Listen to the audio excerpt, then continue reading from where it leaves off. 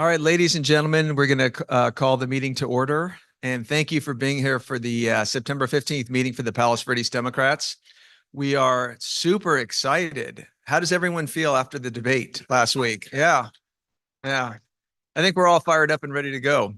We're going to start now on something we all know and love, the Democratic National Convention. What'd you guys think about that?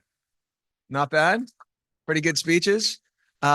We were very fortunate. Two of our board members, we call them our local superstars, were actually at the convention because they were delegates, and we're very, very proud of them. And you saw some of the materials out there for Kamala and Coach Walls and everything else. It was just spectacular. So I'd like to get a warm welcome for our board members and our California delegates, Connie Sullivan and Tim Dixon.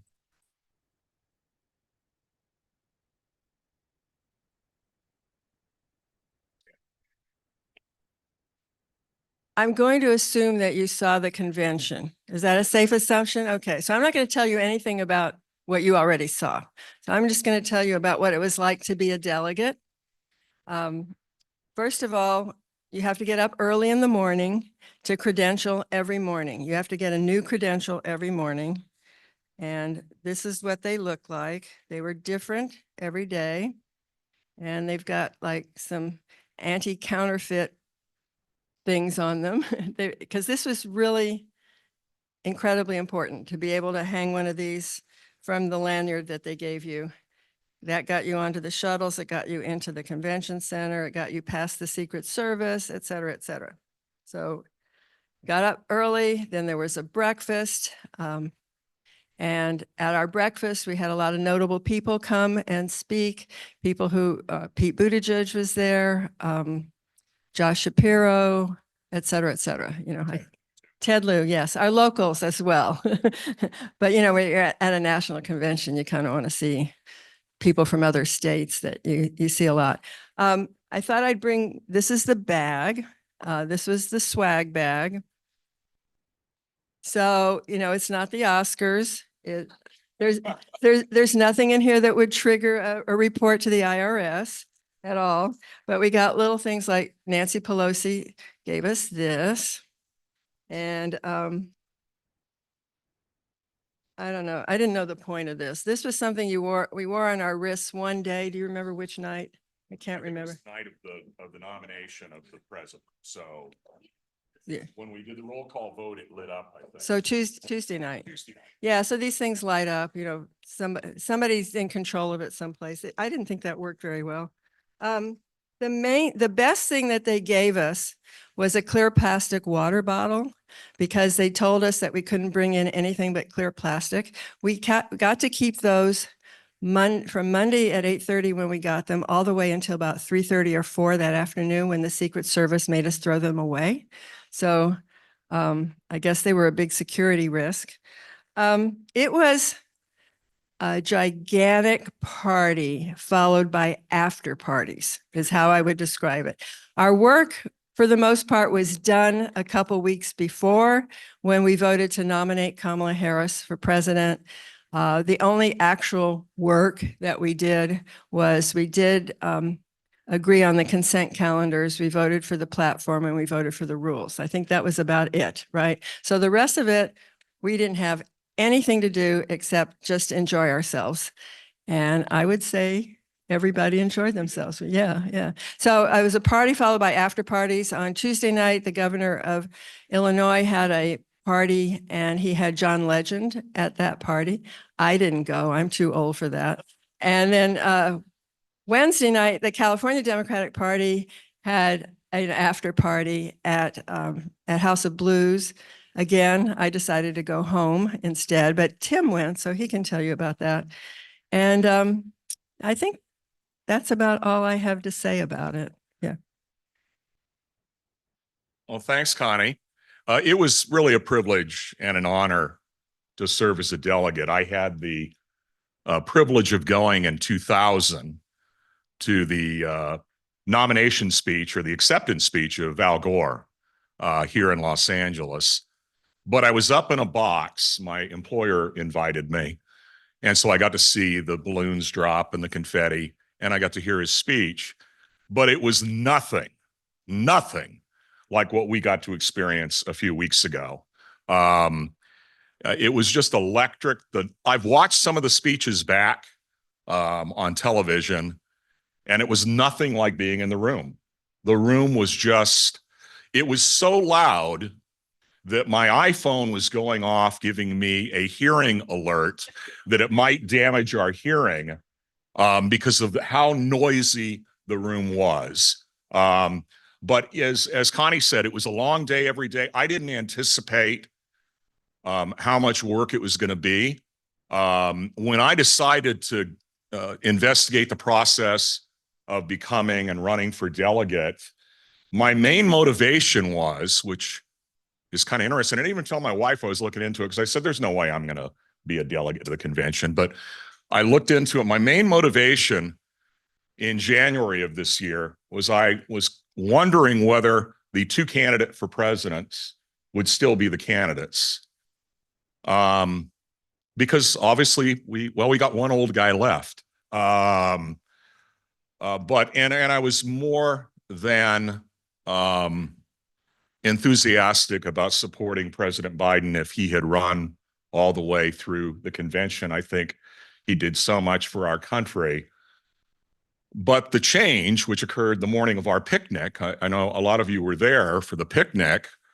It was electric there. It's been since. And at the convention, it was just overwhelming, the enthusiasm. When they did the roll call vote, I felt a little bit old because people were dancing, and I'm not a very good dancer, but I started dancing anyways because when Georgia had Little John come down to give their nomination of Kamala, it was just spectacular. And the days were long. As Connie said, we were up downstairs at 8 o'clock, and then we'd take a bus for caucus meetings at McCormick Place, which is the convention center, which is about 20-25 minutes from our hotel.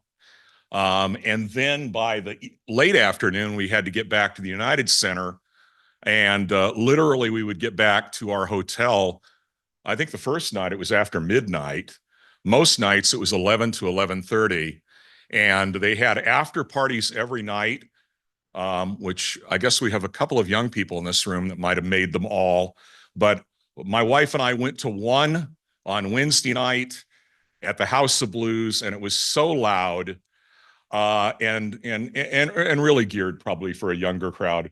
I had one beer, stayed for 10 minutes, and we went back to the Hyatt and had a quiet glass of wine. But I wouldn't give it up for a minute having that experience. I think that plus what's happened since then, the enthusiasm is like sky high, and I'm just so fired up still, even after being at the event. And I think now that we just got to dedicate ourselves to doing whatever it takes to prevent that wannabe dictator from getting anywhere near the frickin' White House and electing our first woman and person of color to be president, which is so freaking long overdue. And I'm excited. I hope everybody's excited. And I really believe we all felt at the convention, and I feel to this day, if we do the work, we're going to win. So, but I really enjoyed the experience. And boy, the ball drop or the balloon drop was something I never anticipated. Those balloons, it almost looked like it might be unsafe. They were so big coming down at us. Kids again. We did. We were batting back, and somebody said we looked like kittens.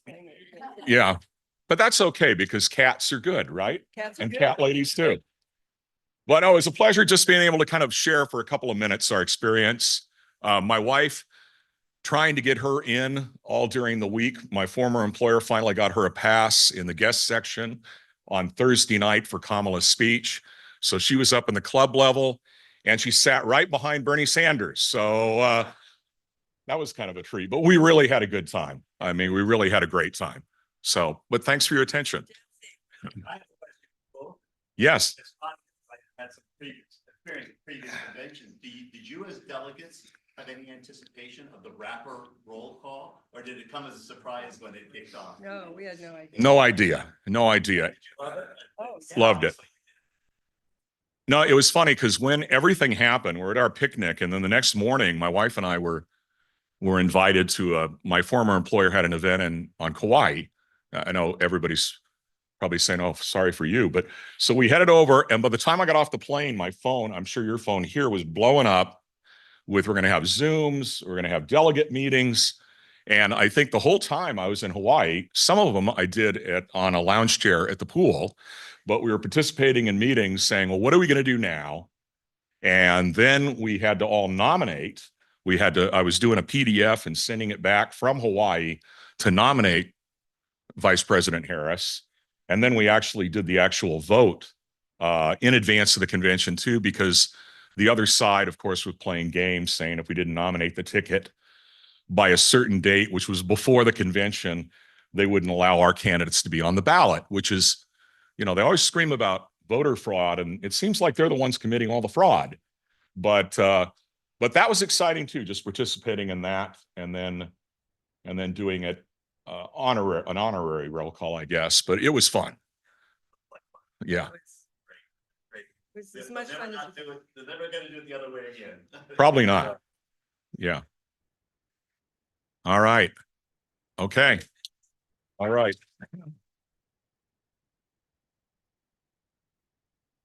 We're very fortunate to have Tim and Connie back helping us now with the local issues. I also want to thank our former board member and one of our speakers today for coming, and very, very wonderful that you could be here today. So we're very grateful for you. I'm going to announce our speakers now. And how many of you have heard that in California we have ballot propositions? How many of you understand all the ballot propositions? Yes. Okay. Excellent. Now this is going to be a real treat for everyone. We have two wonderful speakers today, and Nancy Mahr will be on Zoom, and Ann Nye, who many of you know is a longtime board member who's really, really helped build up our club. So we're very grateful for Ann. They're members of the League of Women Voters of Palos Verdes Peninsula, also serving San Pedro. The League of Women Voters is a nonpartisan political organization which encourages informed and active participation in government and works to increase understanding of major public policy issues. Boy, do I wish we still taught that in high school. That would be great. Nancy heads the Palos Verdes Peninsula League's Voting Service Committee, and Ann heads the Social Policy Committee. So Ann, wherever you want to sit or talk, let us please welcome Ann and Nancy, our speakers today. Thank you so much.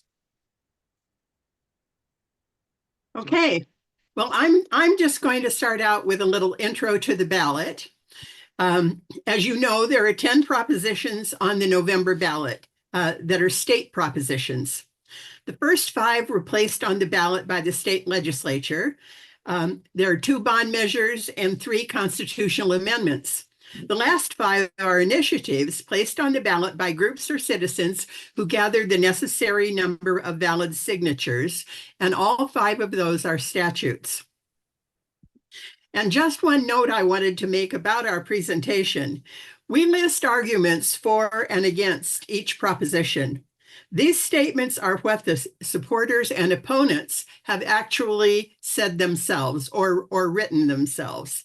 They are not created by the League of Women Voters. And sometimes some of them may not even sound as sensible as we might like, but that is the way they said them. Okay, also, campaign contributions are reported at intervals. What we report reflects the money at the last interval, which is the end of July. And also, sometimes sources vary on listing the contributions, but the ratios are likely to be in agreement between the amounts raised for and against, even if the numbers might be slightly different. Okay, now I'll turn it over to Ann. Okay, so what we're going to do today is I'm going to talk about a few of them, and then we're going to switch back and forth. But I'll get a few, and then Nancy will have a few.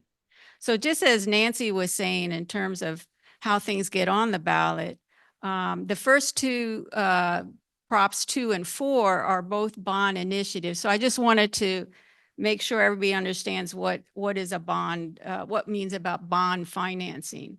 So bonds are used to finance large projects California can't afford to pay for out of pocket, like roads, schools, housing, water quality, and climate improvements. And California bonds are purchased by individuals and institutional investors. These investors are attracted to California bonds due to their generally stable credit ratings and the state's large and diverse economy. So only general obligation bonds are required for your approval because they are repaid from the state's taxpayer-funded general budget. So general obligation bonds require a 2/3 supermajority vote in the legislature to get on the ballot, but it only requires a simple majority of us to pass it, to approve it. So I'm going to move on to Prop 2, the first one. So and we're going to go in order of how you'll see them on your ballot. So Proposition 2 is as Nancy was saying, one of the propositions that got on the ballot through the legislature. It authorizes bonds for public schools.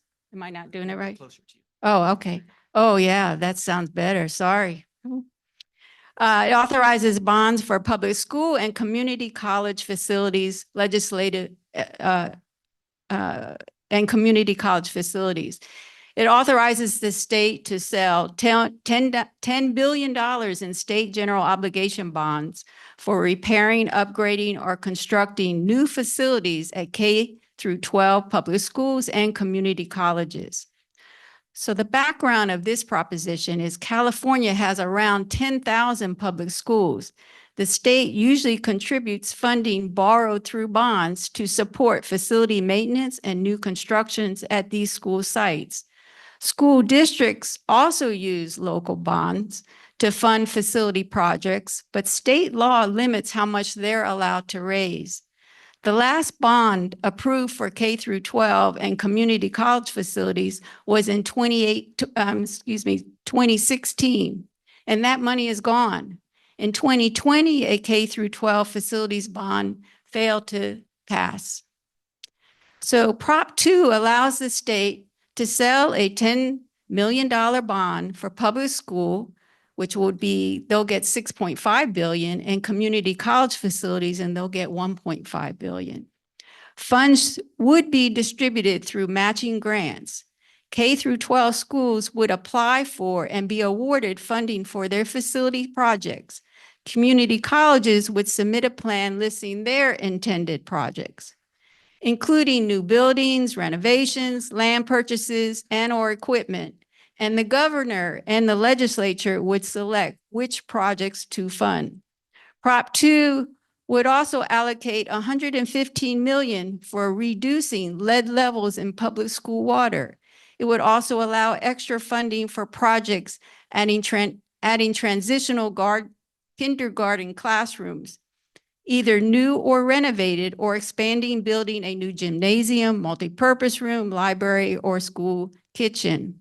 Prop 2 would also increase the state's share of renovation costs for districts with lower assessed property values, and that's serve a higher share of low-income English learning or foster youth students. And finally, Prop 2 would allow any district that cannot raise at least $50 million from local bonds to apply for additional state funding. So what are the physical effects of this? Increased state costs. This would, by borrowing, you increase the state costs of about $500 million each year for 35 years to repay the bond. Effects on local costs statewide are unclear depending on how districts use state funding and seek local funding projects. So who are the supporters? California Teachers Association, California School Nurses Organization, Community College League of California. And this is what they say. Many schools are old, unsafe, and in great need of repair, especially those damaged by wildfires and other natural disasters. Funding will support upgrading vocational training, job readiness, and returning veteran service programs across the state. This proposition requires public disclosure of how funding is spent. The opponents are the Howard Jarvis Taxpayers Association, and Assemblyman Bill, sure I say his name right, Asaley. Anyway, what they say is California is out of money and needs to budget better instead of borrowing more. This prop will pass debt onto future taxpayers. Similar propositions in the past did not spend the money well, and the state should fund projects that support classroom instruction, not construction projects. So the supporters have raised about 2.4 million, and there's no known money from the opponents. A yes vote means the state could borrow 10 billion to build new or renovate existing K through 12 public school and community college facilities. And a no vote means the state could not borrow the 10 billion to build new to renovate existing K through 12 public school and community college facilities. Are there any questions?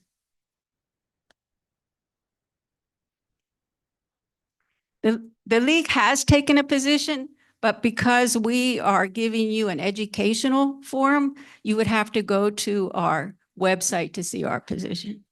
On some of them, we do state the position just because we might be one of the main supporters. But in general, we don't state it while we're doing a pro-con. I know that Prop 2 is also being talked about today. And one of the components of Prop 2 is the fact that if that passes, the state will give money back, but only to the school districts for facilities, only if they have a bond. Is that correct? Only if they have a corresponding bond? You mean a local bond? No, that's not quite correct. I mean, again, they can, and maybe Nancy can correct me here, but as far as I know, you can put in for a request, just like I was stating, you can put in a request for some type of renovation, but you're now competing with the whole state of California to get that request. And they do want, and part of that request is they do want you to have matching funds. Yeah, that's right. That's the criteria. Yeah, correct. And that's why it states that if you can't raise, if you're from a low income community and you can't raise 15 million in terms of your own money, then they would then come and help out. Does that answer your question? Yeah, so actually, yeah. You need your own bond. You need to raise your money in order for them to give you money. The matching fund, yeah. I'm just looking online too. Okay, Connie? I know, but I saw her first. Oh, I'm sorry. I didn't repeat her question. She was asking how would the community get the money from the state if you don't have your own local bond money to spend? And it doesn't have to be necessarily local bond money if you don't have any money to spend to match it. The California Democratic Party is taking a support position. Okay, Connie is saying the California Democratic Party supports Proposition 2. All right, so I'm going to take the question from Maran. With these propositions, please state if they were tied before or rejected or accepted by voters in previous elections. And I did do that in the background. We are doing that for each of the propositions in their background that we talk about, whether they have been stated before. And just like I said, for this one, it was in the 2020 vote, and it was rejected. Whether it was the exact language, I'm not sure. Okay, and we hear from the audience it was not. Okay. And if I'm correct, I think Connie can back me up on this. In addition to the party endorsing, I believe our own Assemblyman Almer Suchi was one of the authors of this proposition, right, Connie? Yeah. Okay. And Yeah, that is correct. I'm glad it came from the audience. Okay, so Desi was saying that this proposition was authored by Mahr and Nye. Go ahead.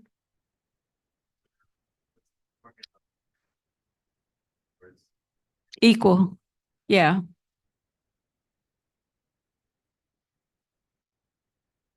Yeah, go ahead. Sarah Dean's going to answer.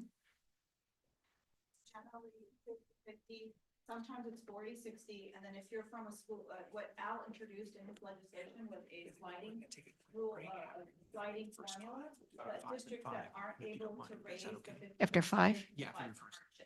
School districts like Palos Verdes Peninsula are generally never eligible for hardship. Right. Okay. All right. So we're going to move on to Proposition 3. So this is an interesting one. It's very short, but the reason why it's going to be a little bit long and what I'm saying is because the background is so interesting. Okay, so Proposition 3 is the constitutional right to marriage. So this, again, was a legislative constitutional amendment, and it was put on the ballot by a 2/3 vote from the legislature. This measure amends the California Constitution to recognize a fundamental right to marry, regardless of sex or race, and removes language stating that marriage is only between a man and a woman. In March 2000, California's approved Proposition 22, which was a state statute to define marriage as only between a man and a woman. In 2008, the California Supreme Court struck down Proposition 22 and legalized same-sex marriage on the grounds that the state constitution required equal treatment of gay and lesbian couples. Shortly before this Supreme Court decision, Proposition 8 qualified for the ballot, for the 2008 ballot, to amend the California Constitution to ban same-sex marriages. That measure passed and added language to the California Constitution that defined marriage as between one man and one woman. This vote reversed what the California Supreme Court's ruling was. Then in June 2013, Proposition 8, which had banned same-sex marriage, was overturned by the Ninth Circuit Court of Appeals, thus permitting same-sex marriages, even though the California Constitution still says that marriage in California can only be between a man and a woman. And then in 2015, Proposition 8 was invalidated by the U.S. Supreme Court and protected same-sex marriage under the Due Process and Equal Protection Clauses of the 14th Amendment. So Proposition 3 updates the California Constitution to match what the federal courts have said about who can marry. It provides further that the right to marry is a fundamental right protected by the rights to due process and equal protection. There is not expected to be any change in who is allowed to marry in California. Thus, there would be no change in revenues or costs to state or local governments. So no fiscal impact. So the supporters of this one is California Democratic Party, ACLU of Northern California, Planned Parenthood affiliates of California. And they say, Proposition 3 protects the right of every Californian, regardless of gender or race, to marry the person they love. This ballot measure comes at a pivotal moment when the U.S. Supreme Court has made clear its willingness to revoke hard-won rights, endangering the freedoms of millions of Californians. Proposition 3 does not change California laws regarding age requirements for marriage or the number of people in a marriage. The opponents are California Capital Connection, California Family Council, the American Council of Evangelicals. And they say Proposition 3 is not necessary because same-sex couples already have the right to marry under federal law. And by changing the definition of marriage, this measure also suggests that children don't need both a mom and a dad.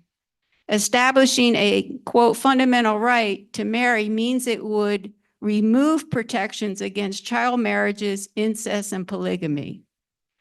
So the supporters have raised about $3.9 million. And the opponents received no reported contributions. A yes vote supports this constitutional amendment to repeal Proposition 8 from 2008, which defined marriage as a union between one man and one woman, and supports adding that a right to marry is a fundamental right in the California Constitution. A no vote opposes this constitutional amendment. Any questions? Go ahead. Believe that. Actually, they want me to bring you the mic. Is that because they have a tiny voice? No. Hey, I was a high school principal for 13 years. I have a big voice. Anyway, I wondered, I'm sure there's someone in the audience who can assure us that, of course, the Supreme Court could not change its ruling and make it like Roe versus Wade illegal again. So we might be whistling Dixie or blowing in the wind. I don't know. So that was a comment versus a comment versus a, yeah. Yeah. Okay. Okay, online, why was Prop 3 not introduced earlier in 2016 or 2020? Well, as I said, it was introduced in 2008 and it was, you know, to make it a man and a woman. So, you know, I think they've been trying to do this in the legislature for many years, and it takes a 2/3 vote to do it. So we have it today. So let's not worry what we didn't have. Anybody else have a question on this one? Pretty straightforward. Okay. All right. Say my final one before we go over to Nancy is Proposition 4. Okay, Proposition 4 is another bond measure. It's the only two. As I said, it's Proposition 2 and Proposition 4. Both are $10 billion bond measures. It authorizes bonds for safe drinking water, wildfire prevention, and protecting communities and natural lands from climate risk. It would allow the state to sell $10 billion in bonds to pay for climate and environmental projects. In 2022, with the combined advocacy by environmental and renewable energy groups, Governor Newsom and the legislature approved a $54.3 billion California climate commitment spending package. However, this year, due to a tighter budget, the commitment was scaled back to $44.6 billion, so almost $10 billion. This measure is being proposed in part to offset these budget cuts. Proposition 4 authorizes the state to issue $10 billion in general obligation bonds to pay for climate and environmental projects, including some that were axed from the budget because of an unprecedented deficit. About $3.8 billion would be spent on water projects, half to improve water quality, the remainder on protecting the state from floods and droughts and other activities, including restoring rivers and lakes.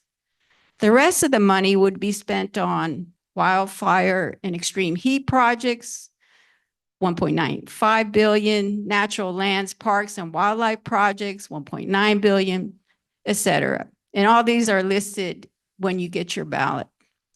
Prop 4 would require that 40% of the bond revenue would be used to fund activities that benefit communities with lower incomes or that are affected by environmental changes or disasters and would require annual audits. So here are the fiscal effects. The Legislative Analyst Office estimates increased state costs of about $400 million annually for 40 years to repay the bond out of the general fund. The availability of state bond funds for local projects could potentially lower costs for natural resources and climate activities to local governments. If the activities do reduce the risk or amount of damage of disasters, it could also reduce the cost of responding to and recovering from such events. The amount of saving for each of these is uncertain, yet could be substantial over the next few decades. So the supporters are the Climate Bond Now group, which is a group of over 180 California environmental groups. And also the supporters are the Cal Fire firefighters and California Labor Federation. And they say, given the threat the state faces from wildfires, water pollution, and extreme heat, the need for more spending on these issues is urgent. If we don't choose climate now, the rest won't matter. Giving firefighters the tools to prevent wildfires is the best, most cost-effective way to prevent the human and financial costs of these disasters. Prop 4 makes the right investments to save lives and billions in response and recovery costs. The opponents include the Howard Jarvis Taxpayers Association, Senate GOP leader Brian Jones, and Assembly member Jim Patterson. And they say too much debt, too little benefit. Bonds are the most expensive way for the government to pay for things. Instead of burdening taxpayers with a bond that overpromises, we should tackle these issues in the budget. Supporters have raised about $639,000, and there's been no money raised by the opposition. A yes vote on this measure means the state could borrow $10 billion to fund various activities aimed at conserving natural resources, as well as responding to the causes and effects of climate change. And a no vote on this measure means the state could not borrow the $10 billion to fund these activities. Okay, questions? If I'm wrong, Ann, but I believe the author or one of the authors of this is our own state senator, Ben Allen. Correct. Oh, yeah, I'm sorry, I didn't run over. Denzi was saying that Senator Ben Allen, State Senator Ben Allen was one of the authors of this proposition.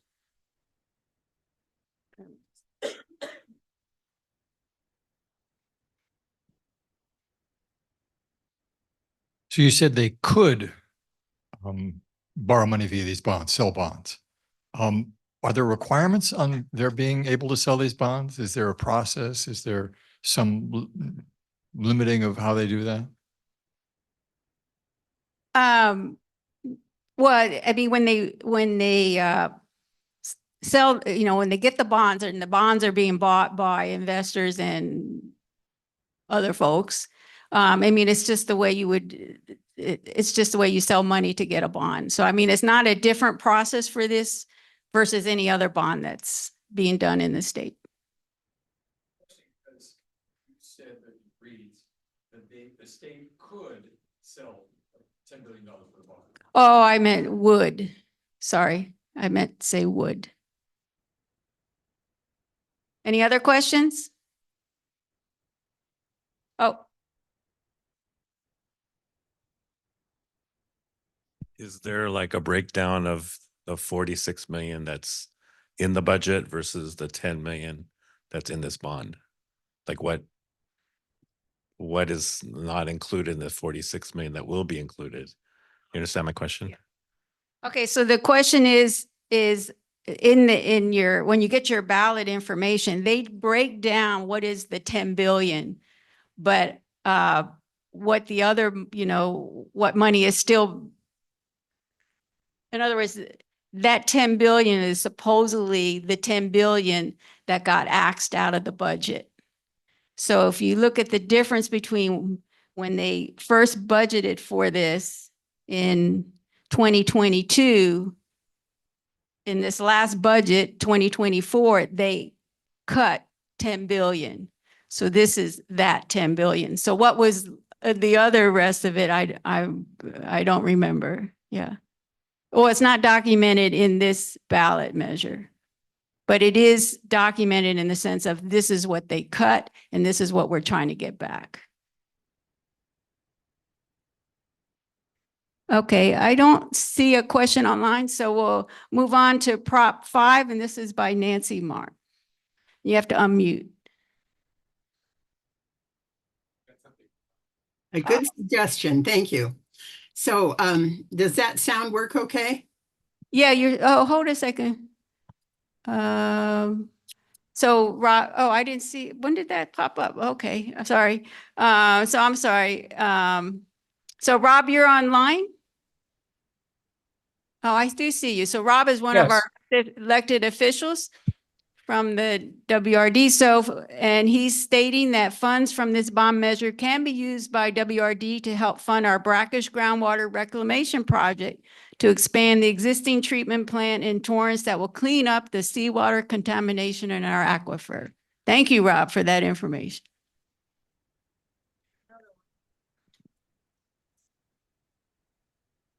Okay, I don't know why it's not popping up on mine. Okay, I must just be updating. So I guess there's a website online. Okay, we're going to move on to Prop 5, and then after Proposition 5, Rob, you wanted to take a 5-minute break. Oh, for announcements. Okay. All right, so Nancy. Okay, well, Proposition 5 is a legislative statute, which is a bond measure. Not a bond measure, it's a plain statute, but it relates to bonds. It allows local bonds for affordable housing and public infrastructure with 55% voter approval. It amends the Constitution to lower the voting requirement from the current 2/3 requirement to the 55%. So currently, a 2/3 vote is required to pass local bond measures. This dates back to 1978, when a series of tax restrictions, which we'll all remember, were approved in the California Constitution with the passage of Prop 13. In 2000, the required vote was lowered for local school bond measures from 2/3 to 55%, but the rest of local bonds were still left at 2/3 vote. California is in great need of more affordable housing and the services that support such housing. So Proposition 5 is on the ballot to lower the required percentage of votes from 2/3 to 55% for housing bonds for low-income families, seniors, people with disabilities, and veterans. And it allows bond money to be spent on public infrastructure, such as police, fire, roads, that kind of thing. It requires oversight of the money spent and an annual audit to ensure the funds are being used according to their intended purposes. If approved, the bond would also affect not only future bonds, but also local bonds that are on the ballot in November 5. So the fiscal effect, a lower voter approval requirement means that local bonds are more likely to pass for housing assistance and public services. In the past, 20 to 50% of local bond measures would have been approved at the 55% level, which would have raised a couple of $2 billion over many years. If local voters approve more bonds, local governments also would have more borrowing costs, which may be paid with higher property taxes. So, supporters, the California Democratic Party, California Labor Federation, Habitat for Humanity California. Supporters say this will level the playing field so that all local governments have a variable financing tool to address community needs. That various public safety specific tax bond measures have appeared on local ballots and received 55% majority vote, but failed to attain the 2/3 voter approval. And Prop 5 gives local voters more control over funding for affordable housing and vital infrastructure projects, including roads, bridges, local fire protection, and water systems. The opponents are California Association of Realtors Issue Mobilization PAC, the California Business Roundtable Issues PAC, and the California Taxpayers Association. They say that California resoundingly approved Proposition 13 to provide a check on local government's taxing authority, and to ensure a greater representative voice for those who would be taxed. Reducing the vote threshold would diminish the people's voice on tax increases and would erode property tax safeguards. They also say politicians claim they need Prop 5 to make it easier to pass bonds, but they don't tell you that bonds are not free. Taxpayers will pay the cost of the bonds. And the politicians who wrote Prop 5 even snuck in a provision buried in fine print that would make it retroactive, meaning that any bond passed this November would only need a lower vote to pass. The support of it has raised about $5 million and the opponents $29 million. A yes vote means in California that the California Constitution would be changed to reduce the vote from 2/3 to 55% to allow local jurisdictions to issue bonds for affordable housing and public infrastructure projects. A no vote means that the California Constitution would not be changed and the 2/3 vote requirement would remain intact. Okay, any questions? Connie?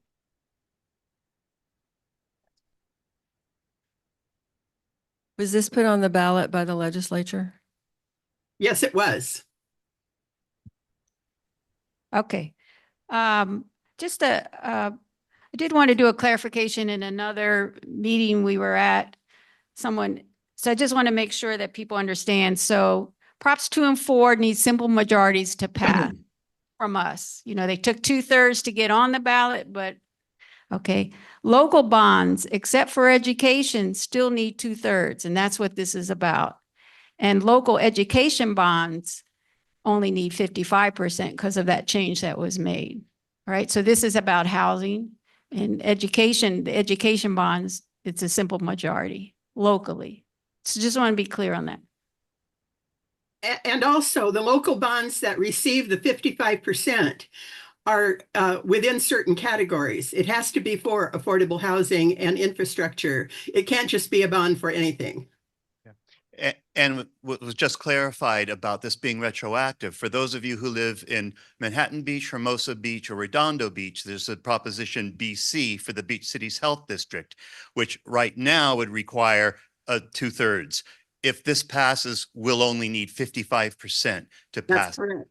So anyone who's listening and is supportive of Measure BC for the Beach Cities Health District, you'd certainly want this to pass. So we'd only have to have a 55% in order to pass it. Okay, any other questions in the room? And I don't see any questions online, so we're gonna have. I have a question. I have a question. Yes. Who's- I want to know who's behind the California Taxpayers Association? Who are some of the individuals? Is it the Republican Party or who might it be? People should know that. I don't actually know about that organization other than to say that it is an associate of the Howard Jarvis Taxpayer Association. Okay. That's all we got to know. That says it all. Right wingers. All right. Nancy and Ann, we're going to take a quick intermission just to go over some business here for the PV Dems. First of all, I want to thank everyone for being here today, especially our new visitors. If this is the first time you're here, if it's a new visitor, can you raise your hand? Oh, thank you so much for coming. Wow, a lot of people. Fantastic. Oh, Connie has a prize for you. Go ahead. Oh, yes. Keep your hands raised for the new visitors. You're getting some commemorative buttons. Can I see that? Can I see that? Oh, wow. Let's finish. Reggie, can you get a good video of this? Here we go. Huh? How's that? Oops, here we go. Here we go. Yeah, that's good. All right, excellent. I'm going to try ask Connie. Here we go. Connie, do you have one extra one? Okay, thank you so much. So new people, we're so glad you could be here. Next, before we get to our activism chair, Carol, Connie, our board member and past president, you have some announcements you'd like to make? Please go right ahead. I put some flyers on the table there. And one of them has to do with a fundraiser a week from today in Manhattan Beach for Will Rollins, who's running for Congress against Ken Calvert. He came very close, I think under 600 votes in 2022. That was a non-presidential year. We're very, very hopeful to get this phenomenal young man across the finish line. Yeah. Finish the job? Yes. So, it's not on the flyer, but Ted Lieu will also be at that fundraiser. So double reason to show up. But meeting Will Rollins is, if you go and you meet Will Rollins, you'll be incredibly impressed. I promise you. He's just phenomenal. And then Rob mentioned it already. On October 5th, there will be a fundraiser for Assemblyman Mahr and Nye. That's at my house. It'll be at noon. And there's a flyer for that over there. I don't see them here. I invited them, but I guess they had, unfortunately, other things that, other commitments, because I kind of did it at the last minute. But I invited Derek Lazaro, I keep doing that wrong. Derek Lazaro, who's running for city council in Palos Verdes Estates. How many PV Estates people do we have here? Yes. So Derek didn't seek our endorsement because, Palos Verdes Estates, he didn't think that would be helpful to him. But so we're not going to be able to do any door hangers or any materials for Derek or do any robocalls or anything like that. So what we've got is word of mouth by other people who are Democrats in Palos Verdes Estates. So tell all your neighbors that Derek Lazaro is the person to vote for. He's running against Des Myers. Yeah, she's kind of a right-wing demagogue. And in Rancho Palos Verdes, we have George Lewis. I know he had another commitment with AYSO today, so he couldn't make it.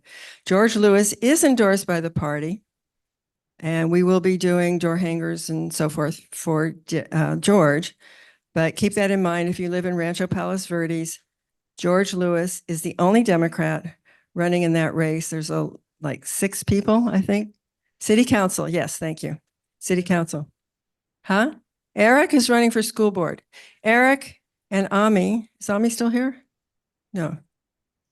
Eric and Ami are our thank you for reminding me, are our Democrats running for school board against 2 very right-wingers. So we definitely need to get them across the finish line. They have been endorsed by the party. We will be doing whatever we can for them.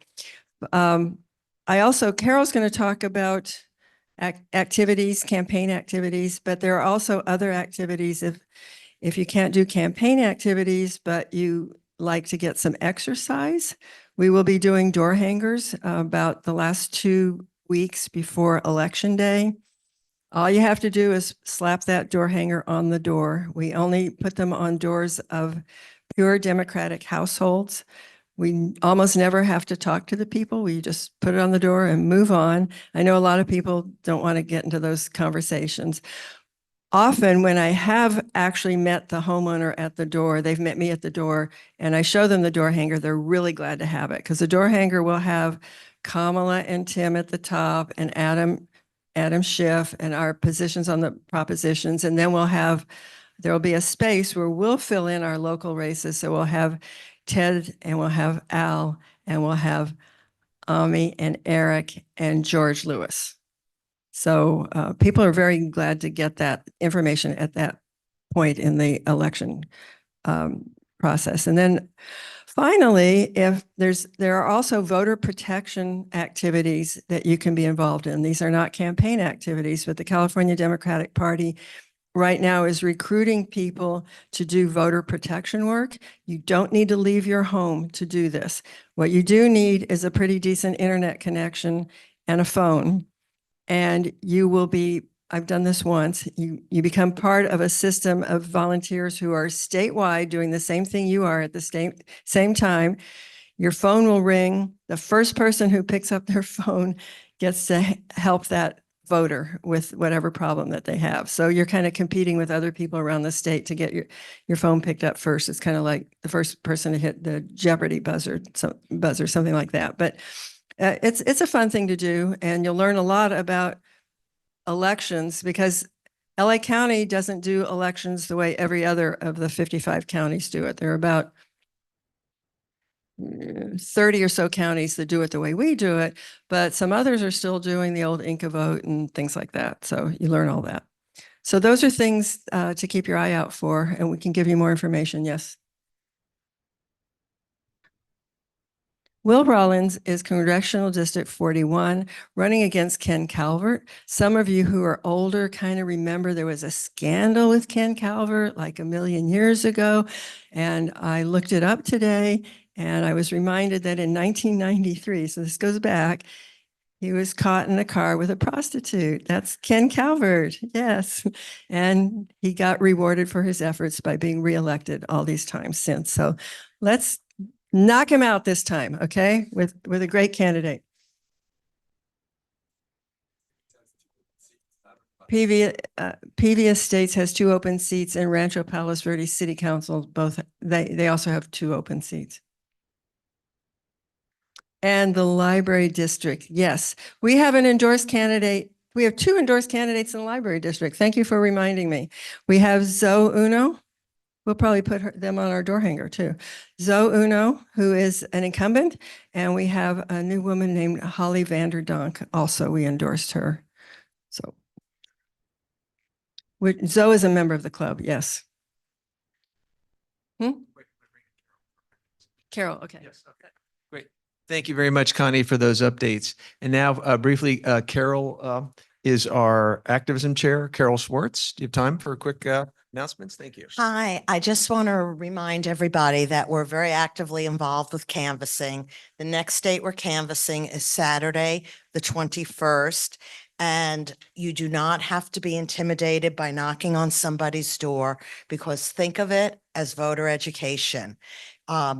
Believe it or not, the majority of people do not know who their who represents them in Congress.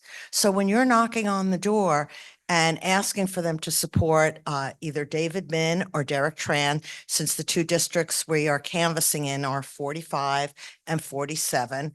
And in the case of Derek Tran, this is a seat that is now a toss-up. He's received the LA Times endorsement, and he is running against a MAGA Michelle Steele, who is horrific. And Dave Min, who is a former state senator, is now running for Congress in what was Katie Porter's old district.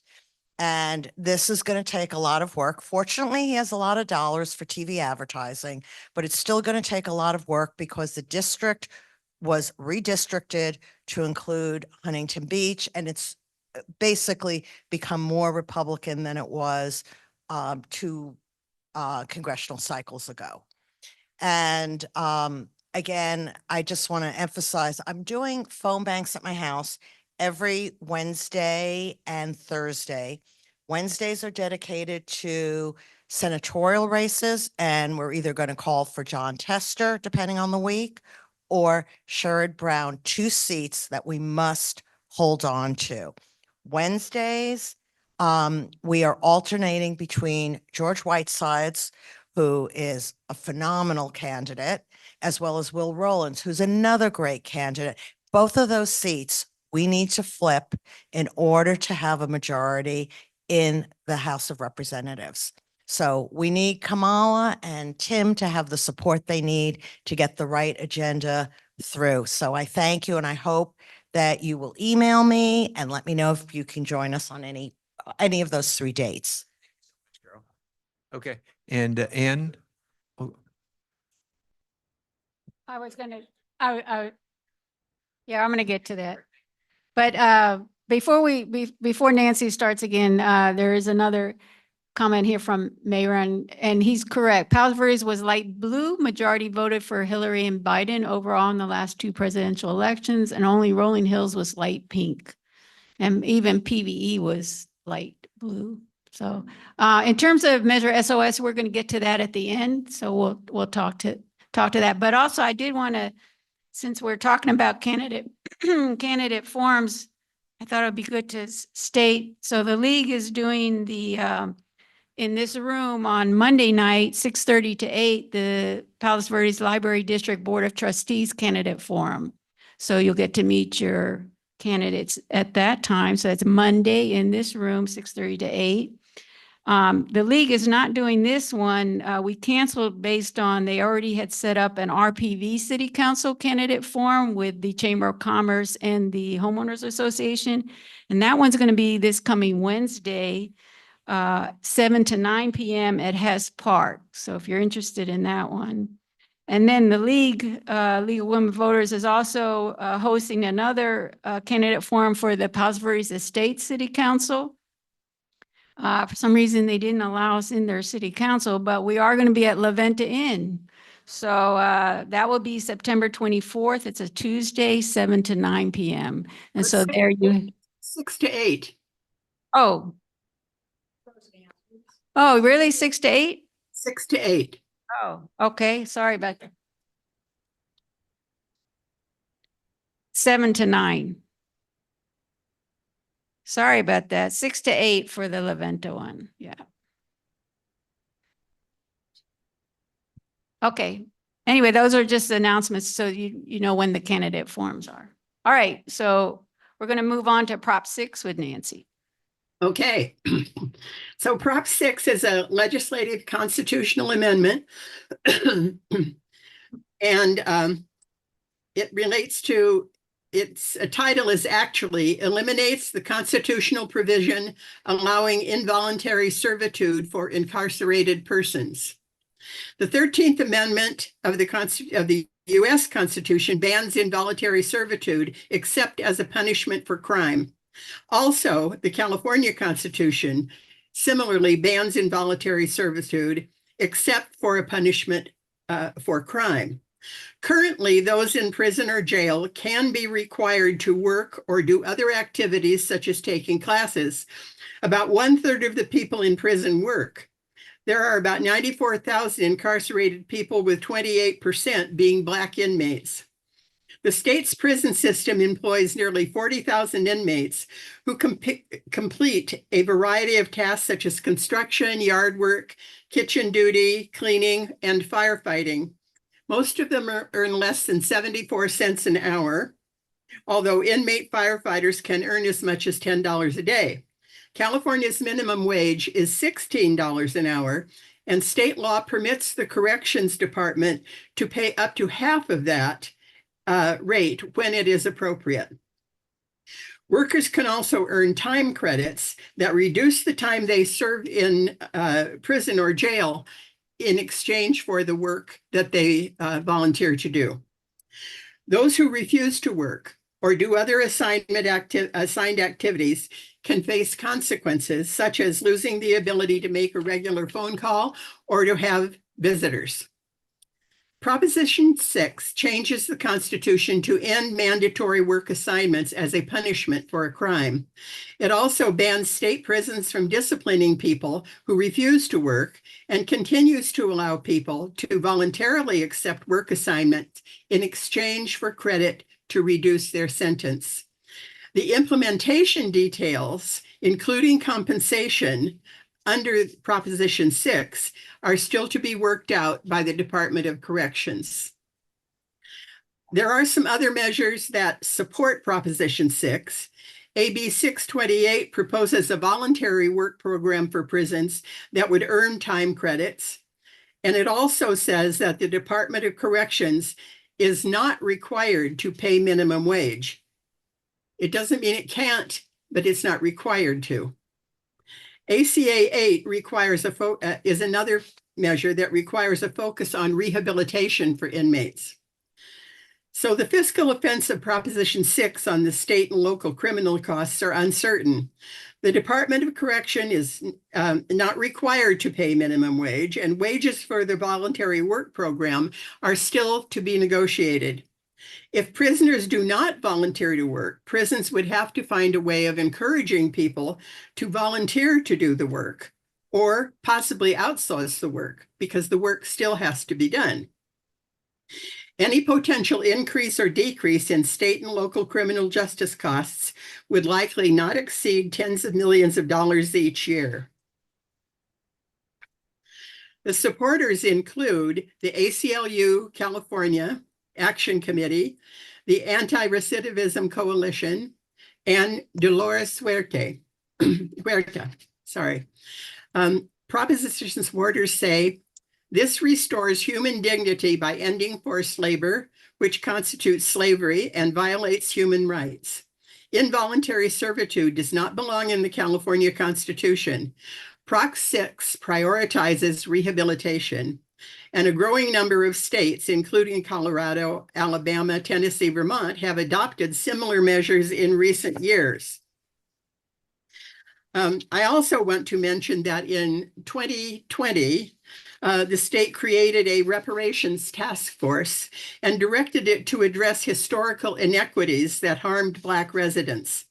The task force recommended changing the state constitution to prohibit any form of enslavement as one of its 14 key priorities. And so AB 628 was introduced by the Legislative Black Caucus. And it would be a measure that is contingent on Proposition 6 passing and has more details on the implementation of Proposition 6. So there are no opponents that are listed at this time, and no arguments against Proposition 6 have been submitted. The supporters have raised about $63,000 for this measure. So a yes vote changes the California Constitution to remove the constitutional provision that allows incarcerated persons to work as punishment for a crime and prohibits punishment for refusing to accept a work assignment. Also allowing voluntary work assignments in exchange for credit to reduce their sentence. A no vote continues to allow jails and prisons to force incarcerated persons to work as punishment for a crime. So, questions?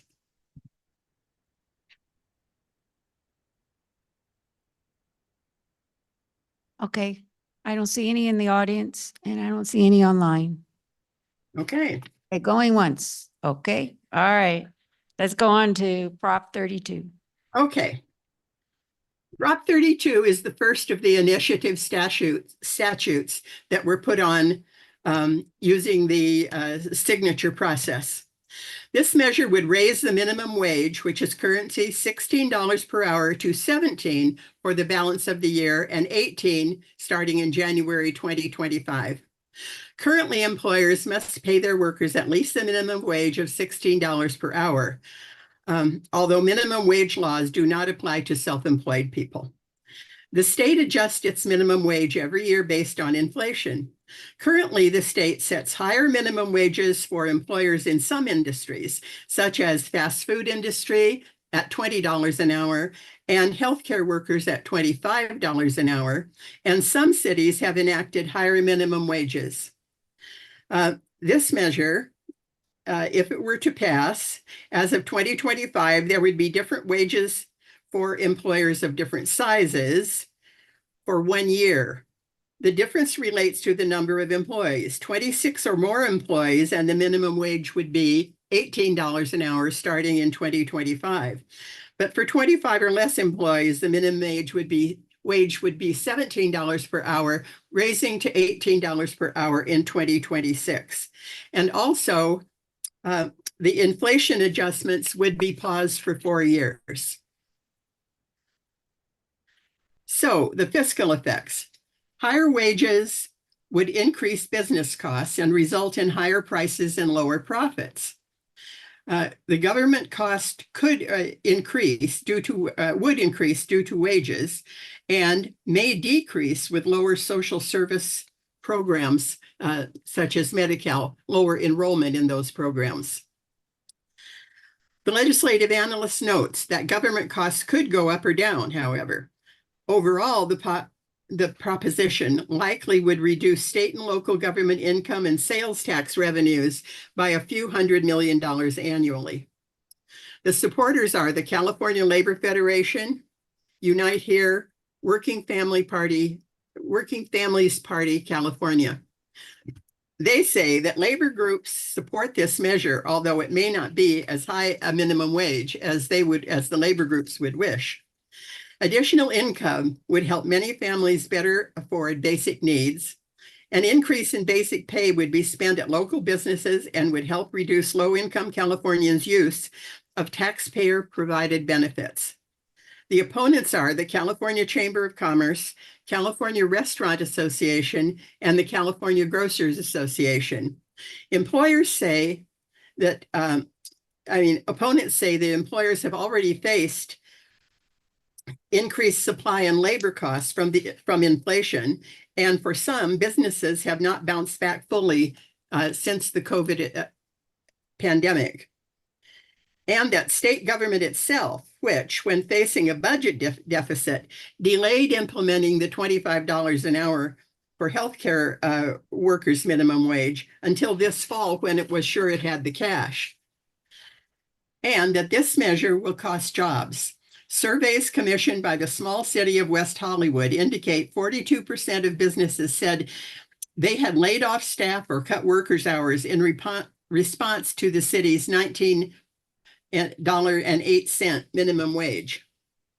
So the supporters have raised about 11 million and the opponents have raised about 10,000. A yes vote supports raising the minimum wage from $16 an hour to $17 for the balance of the year and $18 an hour starting in 2025 for everyone.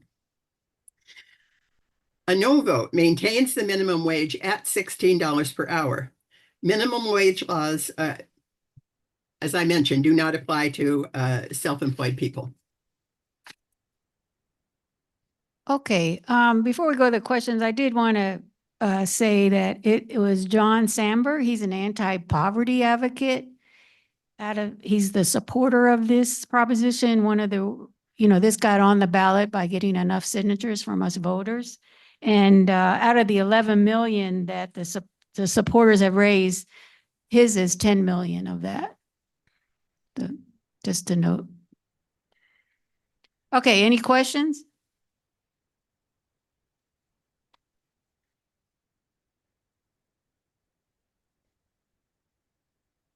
So I heard that it would stop the increases that are currently on the books from happening over the next 4 years. Did I mishear that, or is that true? That is until 2027. So right now why don't you answer it? It's 5% plus inflation. It's adjust according to the inflation. Mm-hmm. But if inflation, that's how we got to $16. Yeah. if inflation exceeds 3.5%, the adjustment is still 3.5%. So it doesn't go higher than 3.5%. But if inflation were lower, it would go lower. But for 4 years, that inflation adjustment will not be done.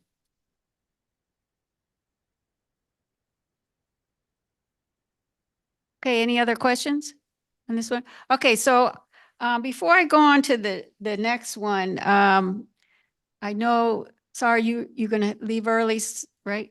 Okay, so we're gonna let her talk because this is not league business, but we just wanted her to make sure that everybody understands the Save Our Schools initiative that's gonna be on our budget. So she's gonna talk to that one.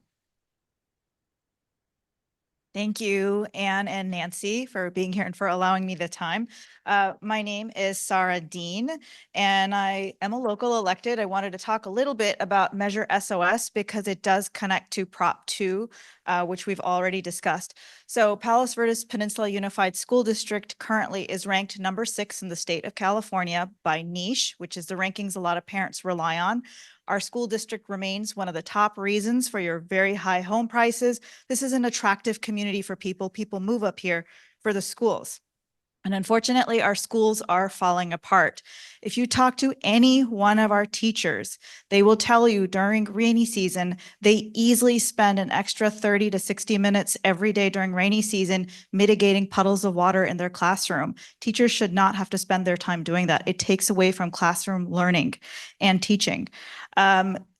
Some of you may or may not be aware, Marylest Intermediate School is one of our middle schools. And in February, during the storms, the electric panel caught on fire and completely melted down. That site has been running on a generator since February, which is costing us about $130,000 a month.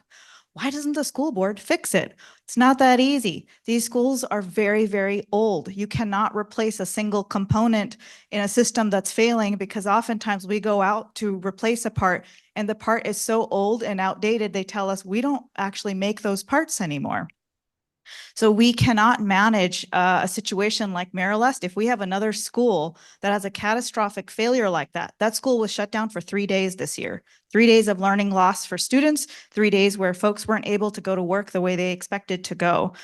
Our general fund, our budget cannot afford those kinds of failures. In the state of California, because of many things that happened in the 70s and early 80s, the only way to fund school building repairs and replacements is by passing a local school bond measure. There is no other viable way in the state of California, which is why this very politically diverse school board, from our most right-leaning person to our most left-leaning person, all authorized and voted in favor of the bond resolution, which was passed in June. When I ran for school board, I communicated to the public that I do think it's our responsibility to tap into every opportunity first before coming to voters on asking them to pay more in taxes. We take that very seriously. Taxes are not fun for anyone to pay. And so the school board has done everything we can to tap into any pocket of money we could find. That looks like applying for a program like CalShape, which was a state program to help us with HVAC needs. Our board president, Ami Gandhi, and myself worked with Congressmember Ted Lieu's office to apply for a $2.8 million grant to help us address what's happening at Marylest.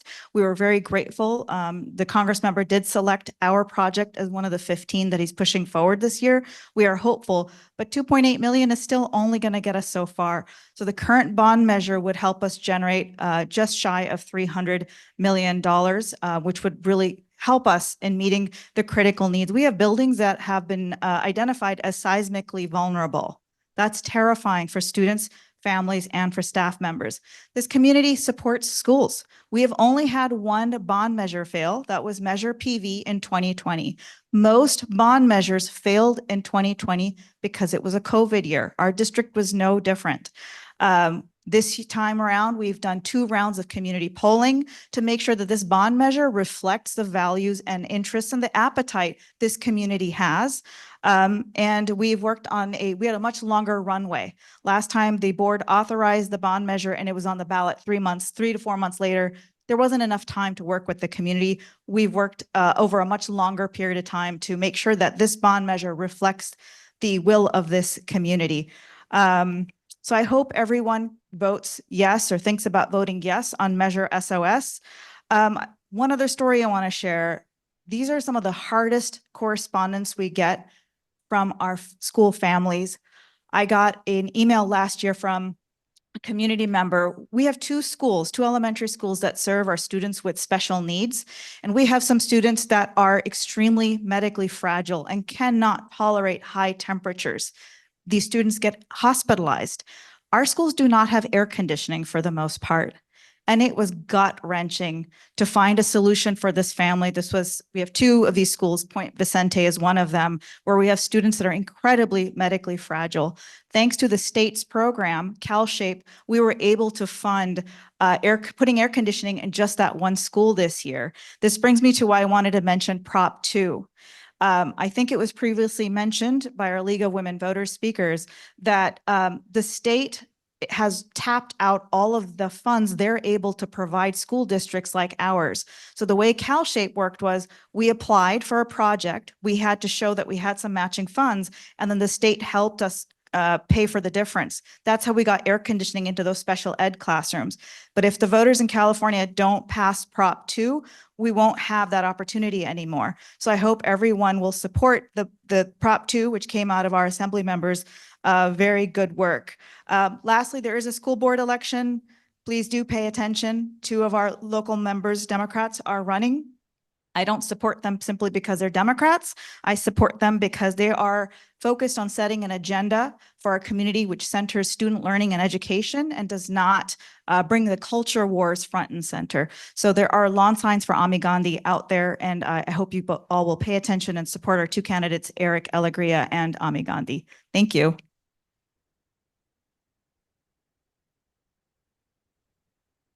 Okay. Thank you very much. All right, getting back to the propositions, we have 4 more. This next one is Proposition 33. This one also was put on the ballot by the voters. This expands, let me just preface this. So I'm going to be doing Proposition 33 and 34. They go together, and you'll see why in a few minutes. But Proposition 33 expands local government's authority to enact rent control on residential property. So the background of this one is due to a shortage of housing, rents in California are high, and the market is very competitive. Nearly 30% of California renters spend more than half their income on rent. The Costa-Hawkins Rental Housing Act, which was enacted in 1995, prohibits rent control on single-family homes and apartments completed after February 1, 1995, and prohibits rent control laws that mandate what a landlord can charge a tenant when they first move in. Tenant advocates have tried to overturn this act with ballot measures in 2018 and 2020. Lawmakers also tried with legislation. While those efforts failed, Governor Newsom in 2019 signed a law limiting annual rent increases statewide to 5% plus inflation. So what does this measure do? Prop 33 allows local governments to expand rent control. It eliminates the Costa-Hawkins Rental Act by allowing cities and counties to regulate rents for any type of housing property they choose whenever the property was built. It allows cities, counties to limit the rent increases when new tenants move into a rental unit. It also prohibits the state from taking future actions to local government's right to enact or expand residential rent control. The physical effect is due to likely expansion of rent control in some communities, there may be a reduction in annual local property tax revenues of at least tens of millions of dollars, which is less than 0.5% of all property tax revenue. So just to be clear, you must pay tax on any profit from renting out property. If rent decreases, taxes decrease. So supporters say, so the supporters are the AIDS Healthcare Foundation. Now, this group was behind the 2 similar statewide rent control initiatives that failed in 2018 and 2020. Also supporting this is the California Alliance for Retired Americans and California Nurses Association. And they say we need to build more affordable housing and preserve the affordable units we have. But while we are waiting, we need to protect tenants and keep them housed. And the California Constitution guarantees landlords already a reasonable rate of return.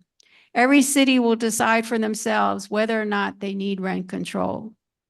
The opponents are the California Chamber of Commerce, California Association of Realtors, California Apartment Association, and they say it will not increase funding for affordable housing. It will not force local governments to build more affordable housing. It will not provide any immediate relief to people facing homelessness. These proponents say have taken millions of dollars of taxpayer dollars, money that is supposed to be used to help low-income HIV and AIDS patients, and spend it on yet another of their anti-housing crusades. Proposition 33, they say, undermines the strongest statewide rent control law in the nation signed by Governor Newsom and has no protection for renters. So the supporters have raised about 27 million. The majority of that, 26 million, was contributed by the AIDS Healthcare Foundation. Opponents have raised about 56 million, and it's mostly from the Association of Realtors and the California Apartment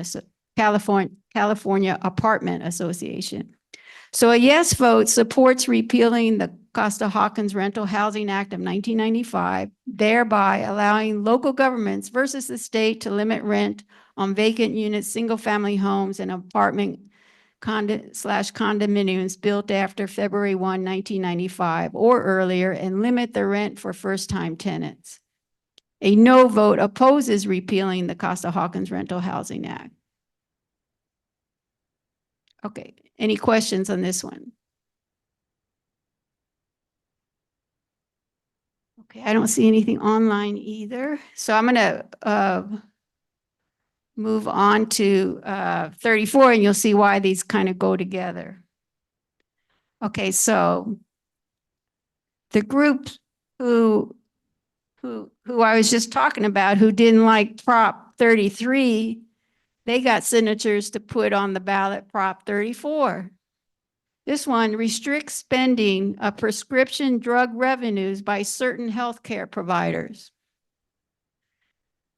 So the federal government provides discounts on drugs to healthcare providers, insurance agencies, pharmacies, clinics, who are nonprofits that serve low-income people.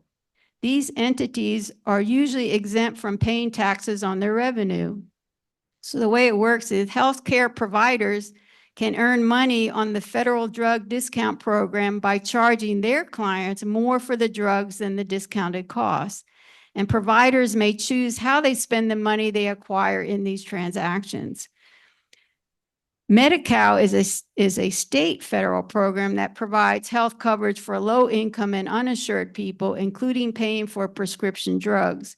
In 2019, the state adopted by executive order an approach called Medi-Cal RX, in which the state negotiates to get a greater drug discount. So the real reason this measure is on the ballot is because the proponents don't like Michael Weinstein, longtime president of the LA-based AIDS Healthcare Foundation, which as a healthcare provider benefits from the federal government's drug discount program. The foundation, which takes in about $2 billion a year, mostly from its pharmacies and clinics, has spent their funds to amass a sizable portfolio of rental properties in LA Skid Row, which have received many health and safety violations. And the AIDS Healthcare Foundation funded statewide rent control measures, with Prop 33 being their third time doing so. So what does this measure do? It would limit how certain California licensed healthcare providers spend revenues from the federal prescription drug program, requiring them to spend at least 98% of their net drug sale revenue on direct patient care. Prop 34 applies only to healthcare providers who spend at least $100 million in a 10-year period on things other than direct patient care and have run multifamily housing with more than 500 high-severity health and safety violations. This measure also adds Medi-Cal RX to state law, and where it's currently only a state practice. So what are the physical effects? Few entities would meet the measure's test to qualify as a prescription drug price manipulator, but the exact number is not known. As far as anyone can tell, it applies only to the AIDS Healthcare Foundation. State revenue of compliance and enforcement of the measure restrictions could increase costs to state government, potentially up to millions of dollars annually. So who are the supporters? California Apartment Association, the ALS Association, California Senior Alliance. And they say This holds accountable healthcare providers that abuse the drug discount program by spending money from that program on projects that are not directly patient-related. This measure focuses only on the program's worst offenders, putting in place new accountability measures to ensure they are appropriately using taxpayer dollars. And it cuts the cost of drug prices for Medi-Cal patients by enacting permanent authorization for the state to negotiate lower Medi-Cal prescription drug costs.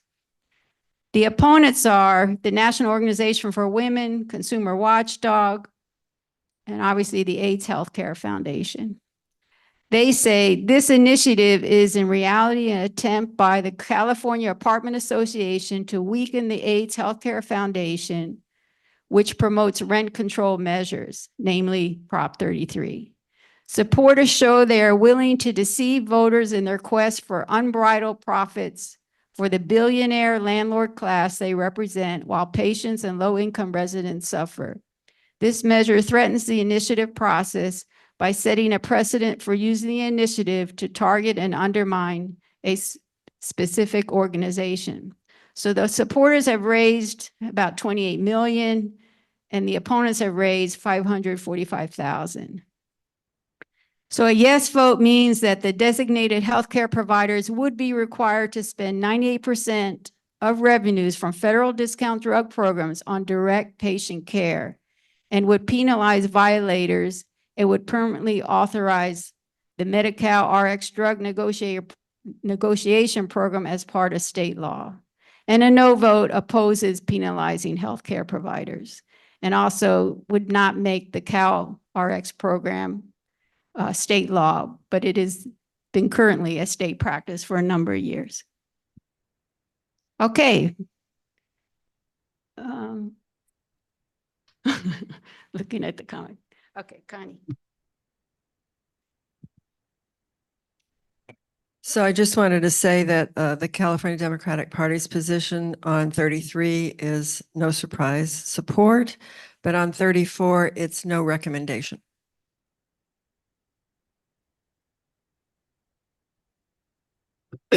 Any other questions on this one? Okay. Okay, I think one of our, Adrian, he says, right, yes on 33, no on 34. The stated measure seems to be, I'm not sure what that, I know what, okay. Yeah, applicable, yeah. Okay, so we're gonna move on to Prop 35 and 36, and that will be done by Nancy. Okay, naturally, the more complicated measures are at the end. Prop 35 is an initiative statute, provides permanent funding for Medi-Cal healthcare services. Currently, the state taxes managed healthcare insurance plans such as Kaiser Permanente based on the number of people for whom they provide health coverage, including those in Medi-Cal. The state uses this money to pay for existing costs in Medi-Cal and to increase funding for Medi-Cal and other healthcare programs for low-income families, seniors, and disabled persons. And it brings in between $7 and $8 billion a year. Medi-Cal's client base has expanded and now serves 14 million people, so the costs to Medi-Cal have also increased. The tax is approved by the legislature. This tax is approved by the legislature periodically. It is not a statute at the moment. It is just a tax that the legislature levies and approves periodically. The current approved period expires in 2026. Because the federal government contributes to Medi-Cal funding, it must approve the charging of the tax or any changes in the tax plan. So this measure, beginning in 2027, would make the existing healthcare plan tax permanent as a statute. It creates new rules on the use of the tax revenue, requiring that more money go to Medi-Cal and healthcare programs directly serving low-income Californians, as opposed to just repaying the general fund some of the costs that the general fund pays for Medicare. It also changes which Medi-Cal services, excuse me, I said Medicare, but I meant Medi-Cal. Medi-Cal services and other government programs would receive funding increases favoring doctors and hospitals. So, for example, non-emergency medical transportation would receive a funding increase under the current funding rules, but would not under Proposition 35. The measure also caps administrative expenses and requires annual audits. The fiscal effects. Overall, increased funding would increase the Medi-Cal and other health would increase for Medi-Cal and other health programs between 2 and 5 billion annually, which includes the federal funds. Increased state costs would be between 1 billion and 2 billion annually to implement the funding increases. There are some other unknown factors in considering the fiscal aspect. If 35 fails, the state may or may not vote to continue the tax when it comes up again for renewal in 2027. Also, the federal government may change the tax, or they may fail to approve it at all. In the long term, the effect on state tax revenue, health program funding, and state costs is unknown. Supporters, the California Medical Association, Planned Parenthood Affiliates of California, the California Hospital Association. They say California has relied on this tax for decades to offset general fund spending on Medi-Cal. That the healthcare plan tax revenue should be used for investments in Medi-Cal and not diverted to support the state's general fund. It protects access to Medi-Cal services. Okay, there are no official opponents registered, but the following groups have come out against the measure: California Alliance for Retired Americans, the Children's Partnership, and California Pan-Ethnic Health Network. And I'm just going to add that even though there are no official statements in opposition, the San Jose Mercury News calls the measure special interest ballot box budgeting. And Cal Matters reports that Governor Newsom has indicated that he will oppose the measure, even though there is no official registered opposition group. He argues that restricting how the tax revenue is spent hamstrings future legislators and governors in their ability to balance the state budget.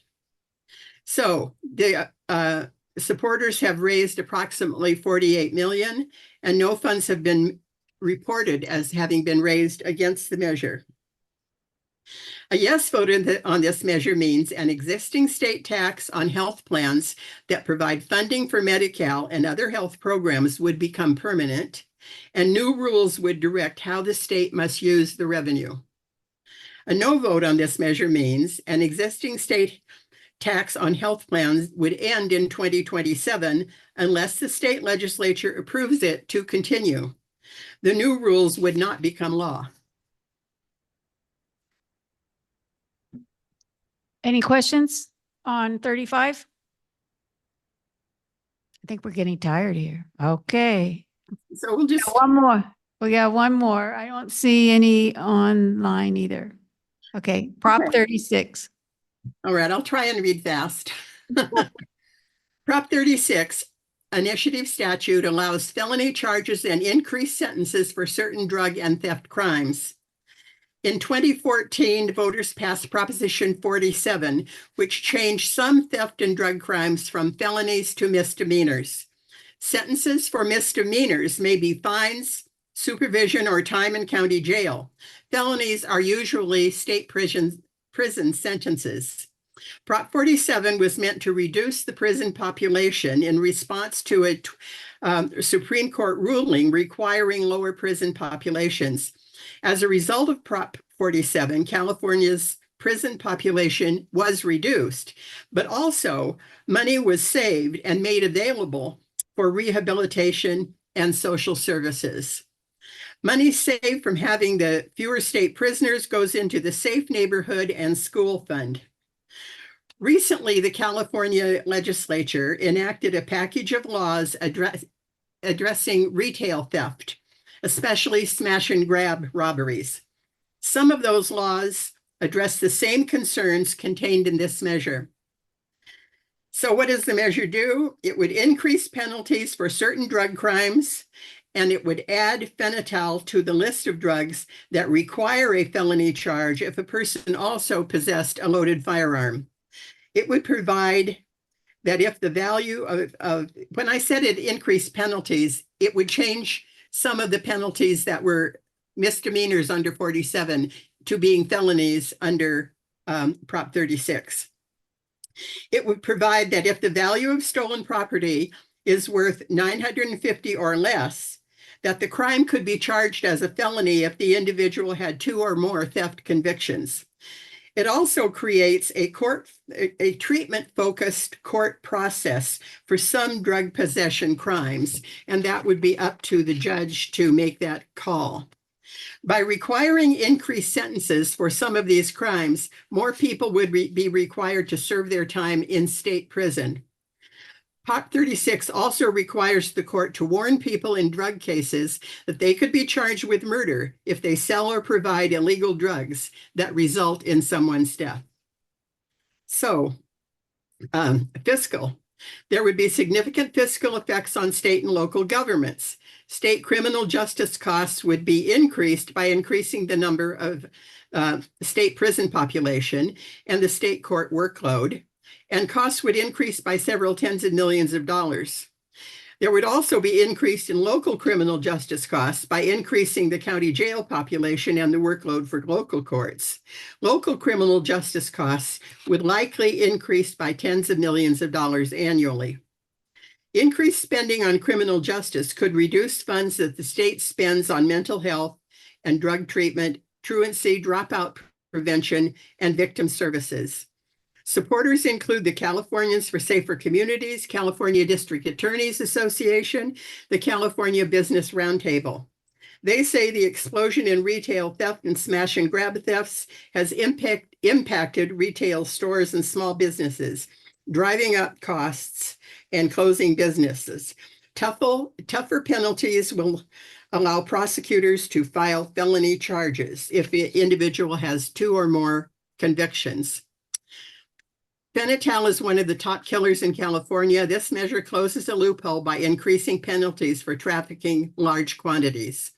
Also, people in possession of illegal drugs may be charged with a treatment-mandated felony, receiving mental health or drug treatment instead of prison. Opponents are the ACLU of Northern California Issues Committee, Crime Survivors for Safety and Justice, and the Reentry Providers Association. Opponents say, although we must improve public safety and stop fentanyl use, Proposition 36 is a draconian measure that would lock up people who are not a danger. By diverting money from rehabilitation and mental health programs and reallocating funds to prisons, our communities will receive less funding. And state leaders continue to pass new laws targeting retail theft rings, smash and grab robberies, and fentanyl traffickers.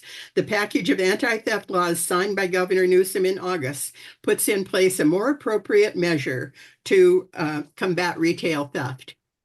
The money raised mostly from retailers, the pro people, about $9 million, Walmart, Target, and Home Depot. And the opposition has raised about $2 million, mostly from social justice advocates, individuals, and also ACLU. A yes vote allows district attorneys to charge people with a felony on a third offense for thefts of less than $950 or possession of specific quantities of drugs. The prison population would increase. A no vote would leave in place the criminal justice reforms enacted by Prop 47. Increased penalties for retail theft would be addressed by the bill package signed by into law by Governor Newsom in August. Okay, that was the last one. Any questions? Now, So I just want to state, I mean, just for the sake of time, we didn't go into those 10 laws that were in that package in August, but they cover a lot of the things that are talked about in this proposition. Anything else, Nancy? I thought, do you want me to mention the county? I want to mention the county. We didn't analyze them. Yeah. And it'll just take a Yeah, minute. one moment. Did you say? Okay, yeah. And we were also corrected to say fentanyl. Fentanyl. Thank you. I'm sorry. Okay, so anyway, she's just going to do a very short summary of the LA County measures that are going to be on our ballot because we're in LA There are County. 3. And this is really brief.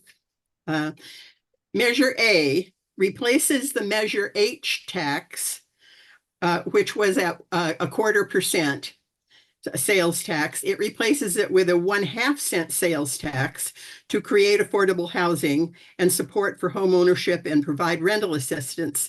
And they expect it to raise about 1.1 billion. Okay.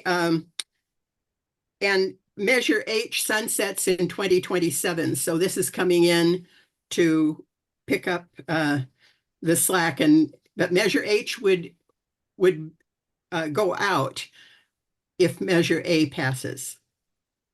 Okay, Measure E is a parcel tax for fire, paramedics, and fire safety equipment. This is a parcel tax of 6 cents per square foot on the footprint of any buildings on a property. And it applies to 59 cities plus the unincorporated areas, and there is no sunset. Okay, Measure G. Measure G is a charter amendment to expand the number of supervisors to 9 and create an elected executive officer, an ethics officer, and an ethics commission. And this would, if it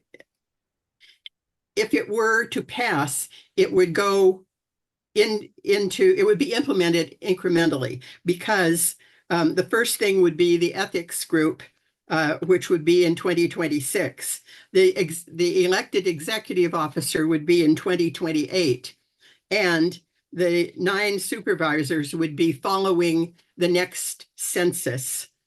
And so it would be in 2030. So it would be like 2031 before, and probably the 2032 election, that we would be voting on the 9 supervisors after the redistricting commission has changed it to 9. Okay. I just had one go back. I want to be clear on Prop 33. So something came up. So that's where the, this was done in terms of where the AIDS Foundation was using their money to buy property. So I just want to say they're not getting money, okay? No one's giving them money. What they're doing is they get through the drug discount program, they get reduced. They are able to buy drugs at a reduced cost, and then they turn it around and they sell it at a little bit higher cost, and that's where their profit comes from in terms of that money, okay? So it's not like anyone's giving them money. I just want to make sure that. And the other thing is, in terms of the other nonprofits and what they do with their profits, no one said anything about it. I mean, it's real clear what the AIDS Foundation is doing with their money, but no one has said anything about what these other people, I mean, there's no oversight in terms of what they're doing with their profits. So I just want to be clear on that, because one person put in that they thought that, if they receive money for a special purpose, they're not receiving money for a special purpose, right? This is their profit. So I just wanted to be clear on that. It is confusing. Okay. And- But we're done. Did you have something? One more Go ahead, thing. Nancy. The Cal Matters said that there's only one entity in the whole of California that qualifies for this proposition, and that is the AIDS Health Foundation. Great. Ladies and gentlemen, how about a big hand for Ann and Nancy? Boy, a lot of great information, and we're really in debt to the League of Women Voters. Before we go, Jeannie Hahn, raise your hand. She's helping out with the local school board for Democrats. If you want to get on her mailing list, she's taking emails on your way out. And is there any other questions before we say goodbye for the afternoon? Thank Connie and all our board members and Reggie and all our speakers today. So thank you very much. And for all the new people who came today, please come again. We would love to have you as part of our club. Thank you so much.